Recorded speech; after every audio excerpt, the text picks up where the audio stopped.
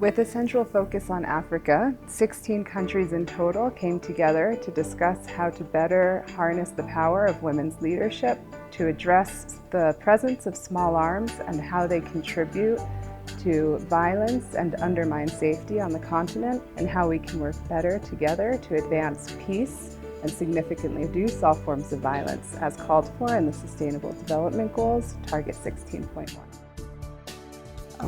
This should provide more space for women leaders and women-led organizations who should involve with men persons who are intervening in these areas, to be able to see how programming will get better, and then see how resources can come for the right interventions and the right capacities that we do. The voice of women is so low in this agenda, and that there is power in the voice of women.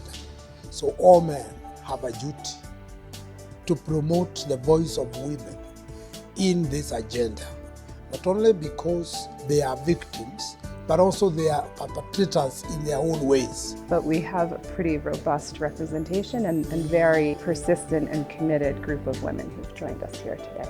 There are also best practices from other countries that we need to learn, to copy, and also even from our own experience, lessons learned that we can do things better so we sustain the peace.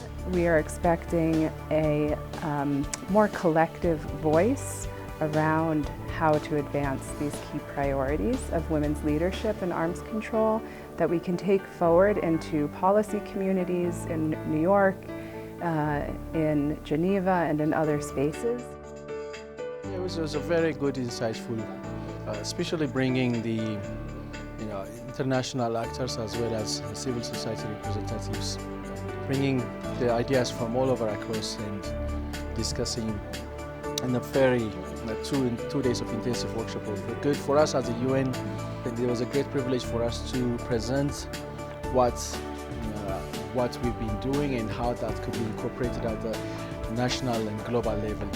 We were exceptionally honored that the African Union was willing to provide the space in the Peace and Security building for us to host this event. It's very meaningful for the women who are gathered here, as well as the men who are gathered here, to be in the seat of collective African political, economic power, and to think about how that can be leveraged and complement work that's happening within countries across the continent. We've enjoyed being at the African Union. We've also very much enjoyed being in Addis.